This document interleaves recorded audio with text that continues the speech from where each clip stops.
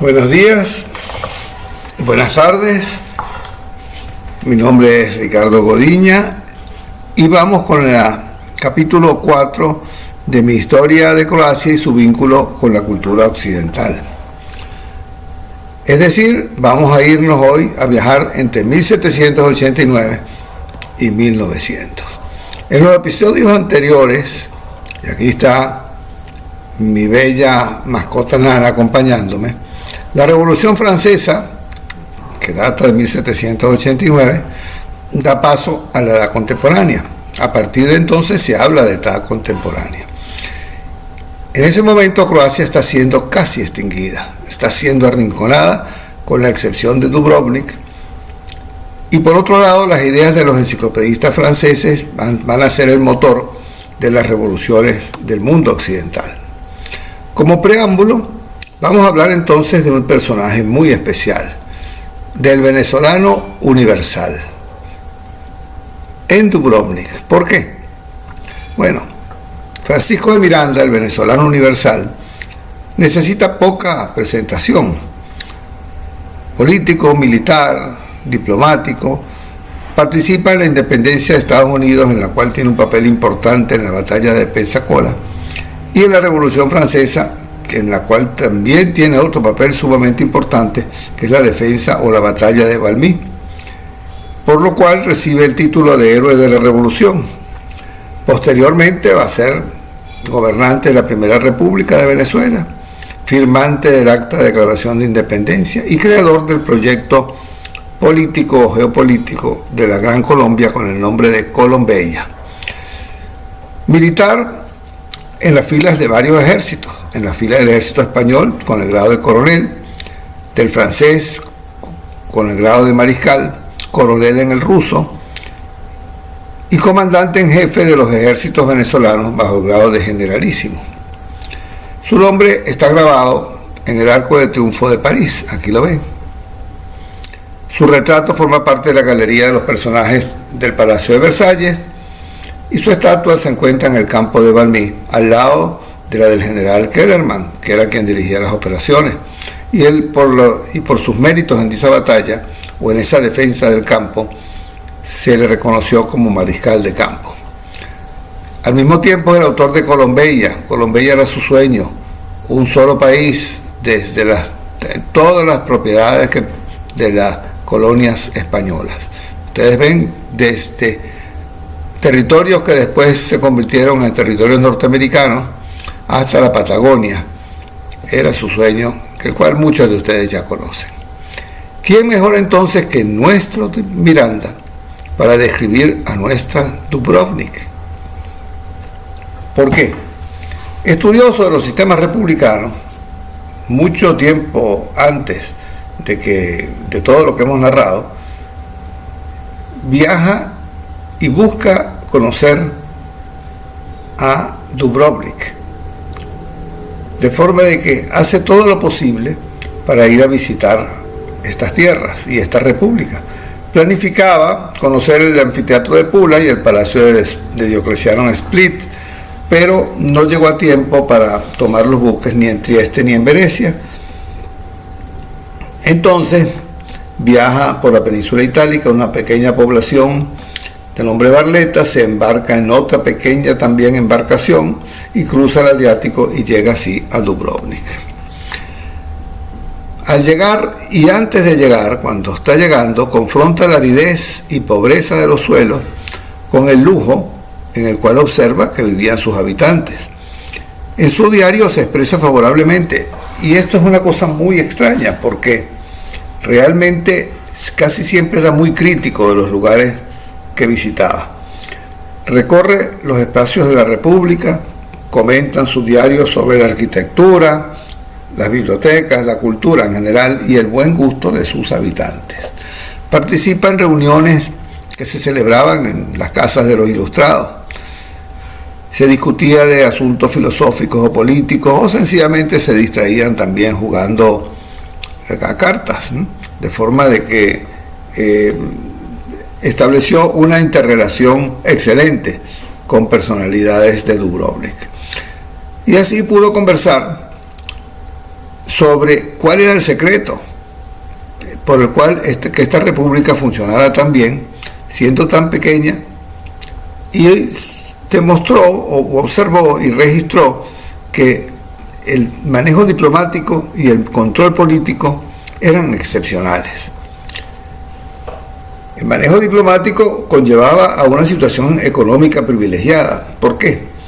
Porque no habían peleado con los otomanos, sencillamente les pagaban un duro impuesto, pero al pagar el duro impuesto les dijeron a los otomanos: bueno, ustedes quieren que paguemos, tienen que darnos beneficios en los puertos turcos, de forma de que eran de las pocas naves cristianas que podían ir a los puertos turcos, comerciar, y eso les daba una gran oportunidad para comerciar con todo tipo de productos, los productos europeos hacia el oriente, los productos orientales hacia el resto de Europa.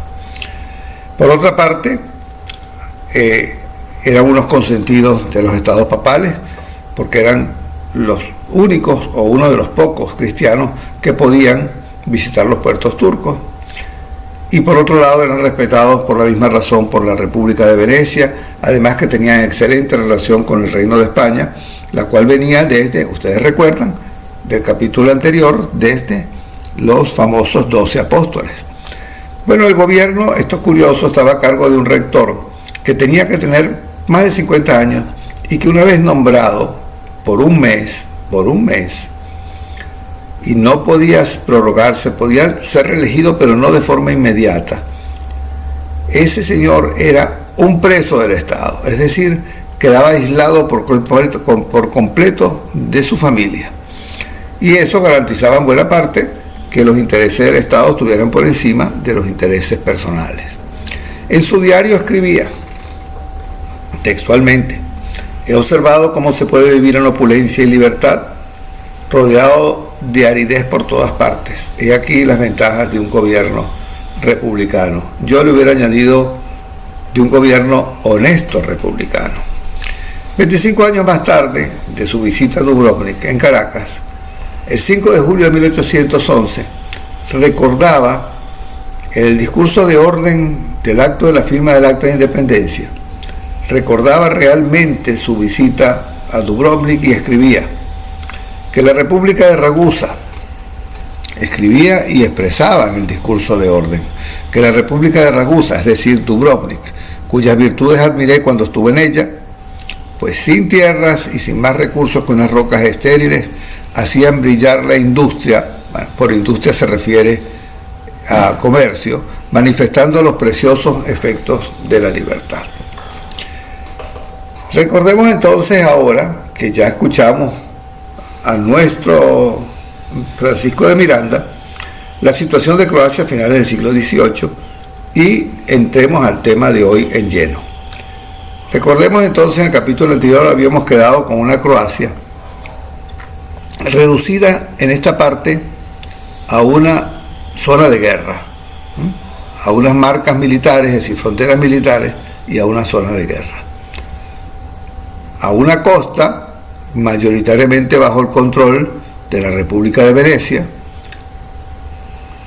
a esta imagen, a este territorio en forma de punta de lanza, que fue donde llegaron los otomanos y no pudieron pasar más. Hoy por hoy Bosnia y Herzegovina, esta parte de acá convertida en una especie de Croacia turca, realmente la destrucción prácticamente la total en esta región, y finalmente la cuarta parte, la República de Dubrovnik, República de Ragusa, República de San Blas, recibió todos esos nombres. Para nosotros hablaremos de la República de Dubrovnik. Este es el momento en que los turcos entran, esa flecha roja significa turcos, y el momento en que aprovechan la situación búlgaros y serbios y empiezan a llegar a la región para poblar una zona que había quedado despoblada precisamente por la acción de la guerra. Y ese es el momento en que también a la región de Bosnia y Herzegovina se le otorga una pequeña salida al mar, que muy poco se representa en el libro o en mis charlas, porque realmente es tan pequeña que al marcar el mapa en una forma muy general, pues queda inobservada. Vean aquí, este círculo, y esto es lo que está en ese círculo, con la pequeña salida sin derecho a mar territorial, una pequeña salida al mar, lo que se constituye hasta hace muy poco, como ustedes verán al final, en un problema para el turismo. Cada vez que venía acá tenía que pasar la frontera, tenía que salir, y pocos kilómetros después tenía que volver a entrar en Croacia. Era realmente una situación muy difícil. Y esto explica, esta zona en punta de lanza de Bosnia, explica perfectamente la forma que tiene Croacia de boomerang, como está aquí arriba. Porque siempre las personas preguntan por qué tiene esa forma tan extraña. Bueno, ya ustedes entienden, Croacia era así, redondita, aquí, y cuando llegan los turcos, pues llegan hasta allá, Croacia los detiene, reciben aquella denominación de muralla de la cristiandad, dada por el Papa, ante murales Christianitate, que vimos en el capítulo anterior. Bueno, para este año estarán los límites de la Capitanía General de Venezuela, como ustedes ven, para el año de 1777, y esos debieran ser, en buena ley, el territorio actual de Venezuela, si se hubiera cumplido con los acuerdos. Bueno, en la segunda mitad del siglo XVIII en Venezuela va a haber muchos movimientos independentistas. No vamos a hablar de ellos, solamente citemos que hay muchísimos y aquí no están ni siquiera todos. Pero uno muy importante que siempre me ha causado a mí una gran curiosidad es la conspiración de San Blas. Y no fue un movimiento en tierras venezolanas, fue un movimiento en España. En España, una revuelta de unas personas que eran la gente de mayor nivel cultural y científico para el momento, esperó a conspirar, ilustrados e influenciados por la Revolución Francesa contra el rey español. Eligieron el día de San Blas y llamaron a la conspiración de San Blas. Estaban liderados por Juan Bautista Picornell, casualmente médico. Digo casualmente médico porque también quien les habla, yo soy médico. De forma de que son descubiertos antes de dar el golpe, son hechos presos, son llevados a juicio, condenados a muerte, interviene Francia y entonces el rey dice, bueno, vamos a llevarlos a las Indias y los dejamos en el primer puerto que pisen. Y el primer puerto que pisen fue La Guaira, donde dejaron a Picornell, que era el cabecilla, y lo dejaron en un fuerte que todavía existe, el fuerte de San Blas. Bueno, en el fuerte de San Blas recibe las visitas de un capitán y de un teniente, de Manuel Gual y de José María España. A su vez, influenciados por este, desarrollan y planifican el tomar el poder y una revolución en contra de la madre patria España. Descubiertos también ellos, huyen a Curazao. Y ahí casualmente lo recibe Manuel Carlos Piar. También Picornell se salva, porque ellos, antes de darse por perdidos, porque se ven descubiertos, ¿qué sucede? Sacan de la prisión a Picornell, viaja a Estados Unidos y después va a terminar sus días en La Habana, ejerciendo siempre su profesión. España regresa a Caracas, es capturado y ejecutado. Igual va a Trinidad, y ustedes saben que también es envenenado por los realistas. Regresamos a Croacia entonces. Pero ¿por qué el punto anterior? Se me pasó por alto decírselo. La pregunta, y viajemos otra vez al episodio anterior. La pregunta es la siguiente. San Blas, que el hecho de la conspiración se llamara de San Blas, de que eligieran el día de San Blas, y que después el fuerte donde traían a Picornell en La Guaira se designara con el nombre del fuerte de San Blas. ¿Tiene alguna relación con Dubrovnik? Dubrovnik era reconocida también como la República de Ragusa y la República de San Blas. Había en su sueño republicano alguna influencia de la República de Dubrovnik. Es algo que no he podido nunca investigar. Para eso hace falta mucho tiempo, también hace falta mucho apoyo económico para visitar tal vez el juicio y darse cuenta por qué eligieron ese día y ese santo, casualmente, para su revuelta. Regresando a Croacia, bueno, ahí van a pasar muchas cosas, vamos a enumerarlas. La expansión napoleónica, recuérdense, Napoleón al fin y al cabo es un hijo de la Revolución Francesa, y esta expansión va a llevar al final de las dos grandes repúblicas del Adriático. Venecia cae en 1797 y Dubrovnik en 1808. Napoleón unifica toda esta región con el nombre de provincias y Iliria, la pone a depender directamente de París. Bueno, pero Napoleón no va a durar mucho y al poco tiempo va a perder en Waterloo y el Congreso de Viena va nuevamente a redistribuir los territorios que habían sido conquistados por Bonaparte. Este poco tiempo en que se formaron las provincias de Iliria significó, sin embargo, un gran adelanto, porque los franceses impulsaron muchas modificaciones que representaron un beneficio para la región. Ustedes ven aquí, el Imperio francés controla directamente esta zona azul, las provincias ilirias pertenecientes al Imperio francés. Abarcan casi todo la actual Croacia, solamente aquí sería Eslavonia, que estaría aquí, que todavía quedaría en manos del Imperio austríaco. Y esta es la Europa napoleónica, como ustedes ven, y yo siempre digo, esta es la segunda Europa unida. La primera fue el Imperio romano, la segunda es esta, pero esta duró muy poco. Esta duró lo que duró Napoleón. Inmediatamente en 1815 se van a redistribuir nuevamente, como vamos a ver dentro de pocas láminas. En su visita, como hacía siempre Napoleón, la Casa de la Moneda de París emitía estas medallas que hacían valer y eran medallas propagandísticas, hoy por hoy altamente coleccionables, que el anverso siempre era la misma, Napoleón, emperador y rey, y el reverso tenía que ver con la conquista de alguna de esas regiones. Fíjense aquí, cuando conquistan Istria, 1806, los franceses usan en el reverso el templo de Augusto en Pula. Aquí tienen la foto actual. Cuando conquistan Dalmacia, colocan el templo de Júpiter en Split. Y cuando ya los unifican como provincias ilirias, van a utilizar una imagen que los antiguos ilirios ya habían utilizado. Estamos hablando del siglo II a.C., en su dracma y en su estátero. El dracma era la moneda de entonces y tenía el anverso una vaca con un becerrito, de forma de que fíjense que escape una copia de carbón del estátero. El estátero variaba 4 dracmas y era más grande que el dracma, por supuesto. El dracma pesaba 4 gramos y el estátero pesaba 16.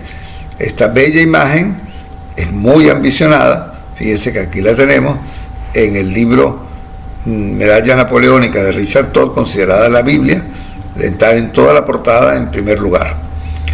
Y al mismo tiempo Napoleón va a tomar España, ya ustedes lo saben, y aquí emiten entonces esta medalla, ¿verdad?, con el nombre de la Puerta de Alcalá, más representativa de Madrid, casi imposible. En Europa entonces, y aquí tenemos a mi bella dama vestida de revolucionaria francesa, en Europa la Revolución Francesa va, a través de la invasión de Napoleón Bonaparte a España, a hacer que que los criollos en América aprovechen esta oportunidad para dar un paso hacia la independencia en las juntas conservadoras de los derechos de Fernando VII, no solamente la de Caracas, la de Buenos Aires, la de Chile sobre todo, en donde existen hoy por hoy unas importantes colonias croatas, ¿no? Entonces, aquí se van formando juntas conservadoras de los derechos de Fernando VII y esto va a dar lugar a la Revolución Hispanoamericana, que en el sentido general dura entre estos años. Pero simultáneamente, mientras eso está pasando por acá, allá en Croacia, Napoleón está conquistando Istria y Dalmacia y convirtiendo en provincias ilirias, como ustedes vieron en el mapa. También, por otro lado, estas mismas ideas van a llevar años más tarde a las revoluciones, a las famosas revoluciones europeas de Palermo y de Budapest. En el Nuevo Mundo, sin embargo, va pasando algo muy parecido, ¿verdad? Llegan a la Declaración de los Derechos de Virginia, que es sencillamente el documento inicial para la Revolución Norteamericana y finalmente para la Declaración de Independencia de los Estados Unidos. Y después vienen, siguiendo ese mismo ejemplo, las revoluciones hispanoamericanas, en la cual la primera fue de Haití, que en realidad no fue sino francoamericana, porque ahí los colonos eran franceses. En esta época, 1814, ya estamos comenzando en nuestra gesta de independencia latinoamericana. De Rovinj, de la población de Rovinj, un puerto hoy por hoy turístico en Istria, va a salir un capitán a bordo de una goleta. Aquí tenemos una goleta actual española, que es una copia o una réplica de las goletas del siglo XVIII. Va, por supuesto, a pasar las columnas de Hércules y va a llegar a Venezuela. En Venezuela, después de un pequeño periplo, se va a ubicar en Carúpano, se encuentra con Bolívar. Recuerden ustedes que a partir de la toma en Guayana por parte de Piar, los revolucionarios por fin tienen dinero y por fin pueden comprar muchas cosas y por fin pueden traer mercenarios como el que nosotros conocemos con el nombre de Oleari, que en realidad debería decirse Oliri. Bueno, este capitán Paván, contrario al imperialismo bonapartista y al absolutismo austriaco, porque tenía un pensamiento republicano, viaja precisamente a territorios que él piensa que van a terminar siendo republicanos y apoya logísticamente a los patriotas. Llega con una goleta y después tiene 2, después 3, después tiene que tener 4 goletas que son muy respetadas porque viajan con bandera neutral. Sin embargo, al terminar la guerra de independencia, obtiene la ciudadanía de Colombia, como era lógico, y durante toda su vida muestra ser un hombre de buena conducta, honesto, laborioso, y va a ser patria en Venezuela. Todos los Paván de Venezuela descienden del capitán Juan o Iván Paván. Muchos de ellos carupaneros y muchos de ellos asisten frecuentemente a las charlas mías, de forma de que nuestras queridas amigas Cristina y Evelyn Paván siempre están con nosotros en todas nuestras presentaciones. No puedo dejar de nombrarlo en esta actividad. Bueno, como les dije anteriormente, en el año 1815 el Congreso de Viena vuelve a redistribuir los territorios que había tomado Bonaparte, y en lo que respecta a Croacia, Croacia queda una vez más dividida, queda siendo austrohúngara, pero dependiendo de Austria, Istria y Dalmacia, y dependiendo de Hungría, Croacia y Eslavonia. Croacia es todo, por supuesto, pero ellos la diferenciaban con este nombre, esta región central como Croacia y esta región como Eslavonia.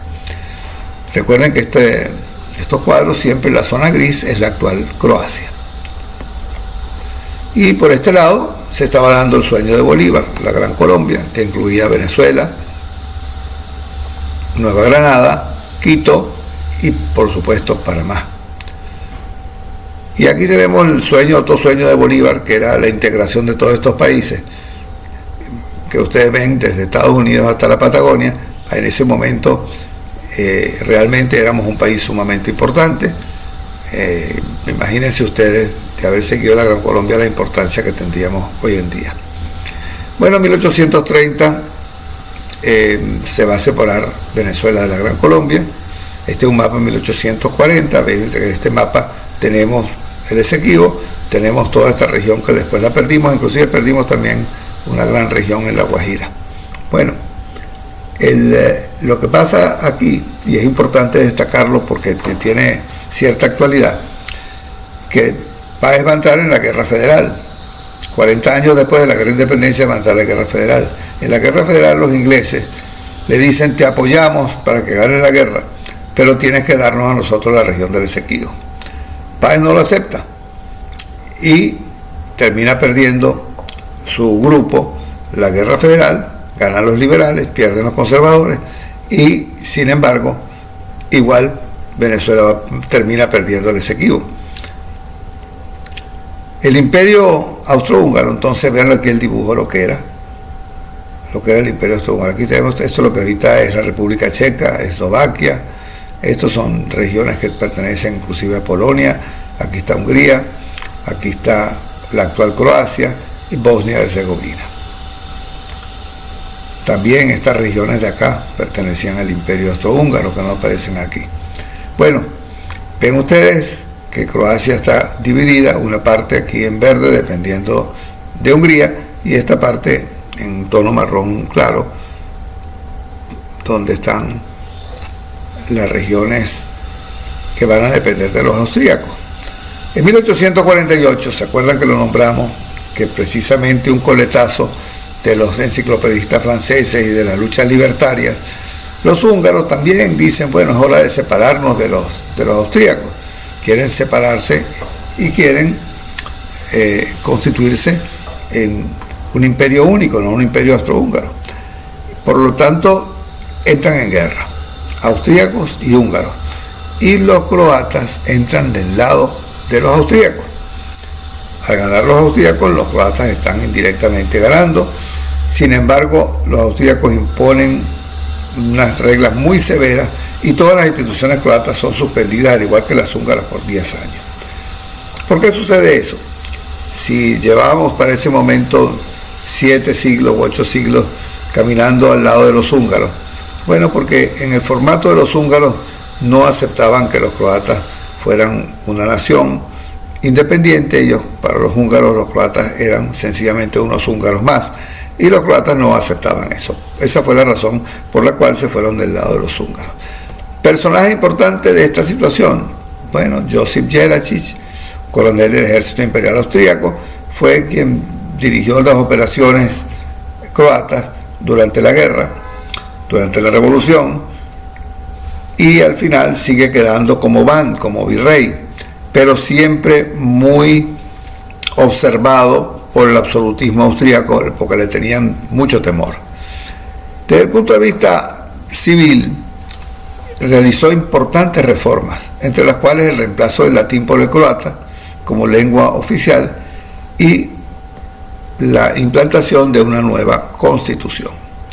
Esta es la plaza Jelačić, lleva su nombre, hay una estatua ecuestre a su nombre, y esta es la plaza donde se hacen tantas celebraciones que ustedes han visto, con todos los éxitos deportivos, que son muchos y muy grandes, de este pequeño gran país.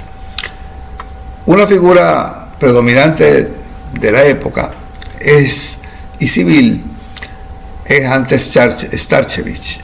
Starčević, político, filósofo, escritor, importante, que forma o funda el Partido del Derecho, e insiste que Croacia debe definir sus relaciones con Austria y Hungría a través de acuerdos internacionales, que no puede seguir siendo una parte partida en dos del Imperio Austrohúngaro.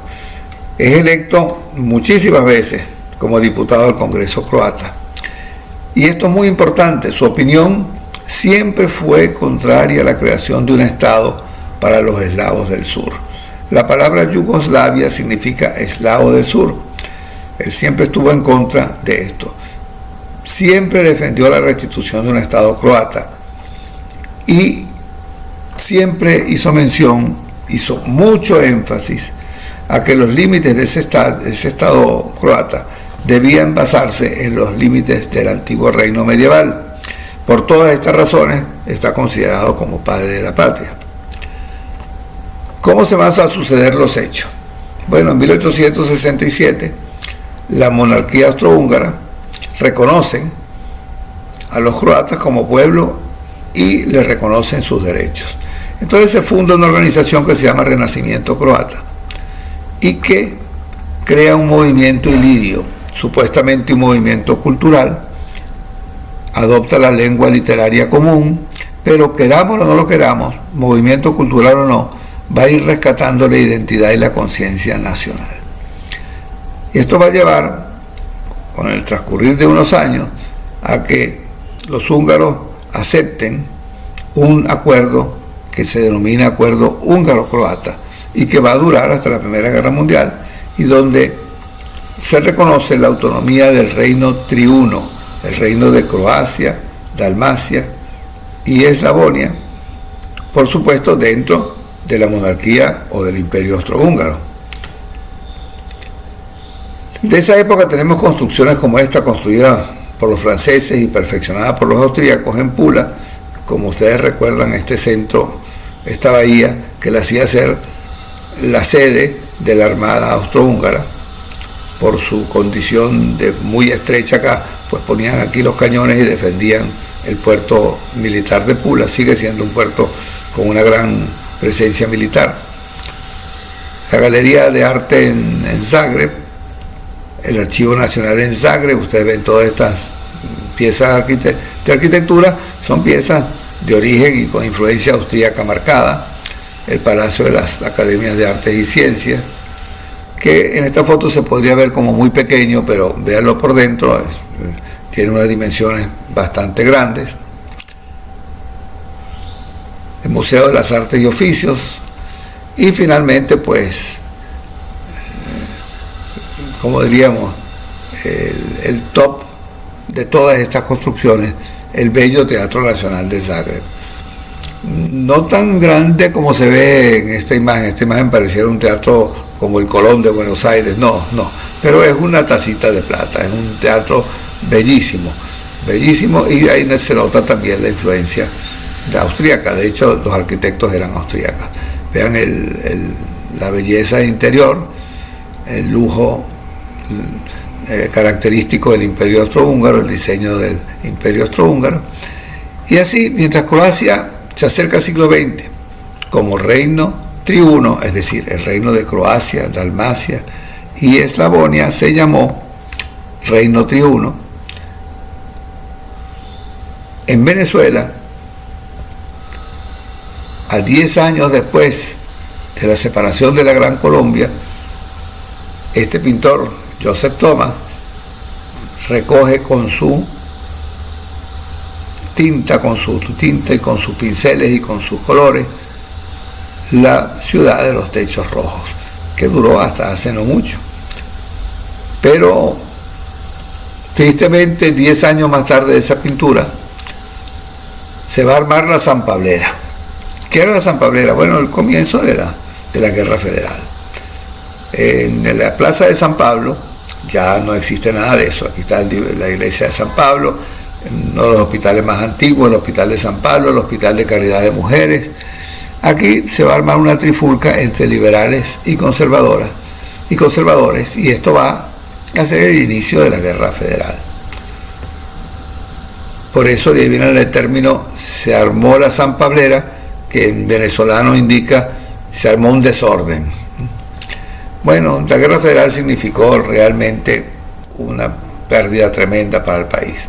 El país queda, si ya venía destruido después de 40 años de la Guerra de Independencia, esta pelea entre liberales y conservadores lleva a 300.000 pérdidas humanas, es decir, 1 de cada 5 venezolanos va a morir durante estos años de la Guerra Federal, en forma directa o en forma indirecta.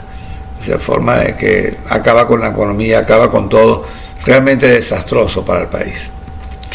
Bueno, en 1867, Guzmán Blanco, perteneciente tanto su padre como él al bando ganador, al bando liberal, toma el poder y ejerce una influencia durante muchos años, y amante de las líneas francesas, iba a francesar y a desarrollar Caracas. Aquí tienen el actual Congreso, o la actual Asamblea, como le quieran decir. Aquí tienen el Panteón Nacional, con la construcción que se hizo posteriormente allá atrás.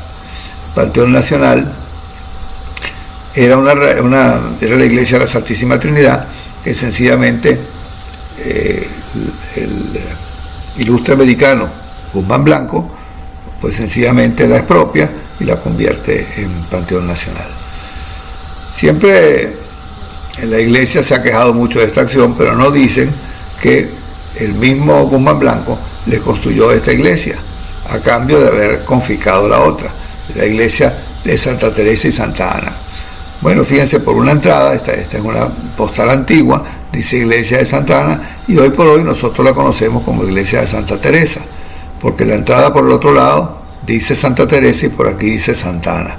Y tiene un altar central, una iglesia muy interesante al lado del del Teatro Municipal, que nos queda acá. Y esta región del Teatro Municipal, que ustedes van a ver ahora, este es el antiguo Teatro Municipal, con esta estructura que arquitectónicamente se llama foyer, que era para el entretiempo de las obras teatrales. Las personas podían salir a este foyer, sencillamente mutilado totalmente. Esto es lo que queda del foyer en la estructura actual, porque sencillamente por darle paso a una avenida y darle paso al Centro Simón Bolívar. Pero aquí, enfrente a este foyer, quedaba precisamente la Plaza San Pablo, a la que hicimos referencia hace unos minutos de que se armó la San Pablera. Bueno, hacia finales del siglo XIX, aquí está el origen del Cementerio General del Sur. En los años 90, una fotografía de la misma estructura al ingreso. Bueno, no hablemos de las condiciones actuales del Cementerio General del Sur. Esta es una fotografía también antigua, si se quiere, de la Plaza Bolívar, y esta es la fotografía ya reciente de la misma Plaza Bolívar. Y en 1875 se va a producir el reventón de la Alquitrara, famoso desde el punto de vista simbólico, desde el punto de vista productivo no tanto, pero es un símbolo de que este país es un país petrolero por excelencia. Y así llegamos al siglo XX. Croacia como reino integrante del Imperio Austrohúngaro y Venezuela recibiendo la era petrolera. Gracias por su paciencia, esperamos que haya sido de su agrado y continuará en el próximo capítulo, el próximo episodio. Muchas gracias.